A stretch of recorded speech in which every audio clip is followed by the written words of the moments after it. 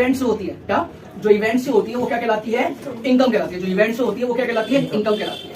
अब गेन क्या होता है, अगर हमारी कोई फिक्स एसेट्स है, देखो फिक्स एसेट जो होती है उसमें दो चीजें होती है, एक होती है बुक वैल्यू और एक होती है मार्केट वैल्यू। बुक वैल्यू का मतलब क्या होता है, देखो आपने कोई फिक्स एसेट खरीदी 1 लाख रुपए की, ठीक है, 5 साल सपोज करो स्ट्रेट लाइन के हिसाब से चलते हैं, 5 साल हमने उस पर डेप्रिसिएशन लगाया, तो उसकी 5 साल बाद वैल्यू कितनी रह गई, 50,000 रुपए रह गई। कौन सी वैल्यू है 50,000, कौन सी वैल्यू है, बुक वैल्यू है। कौन सी वैल्यू है, बुक वैल्यू।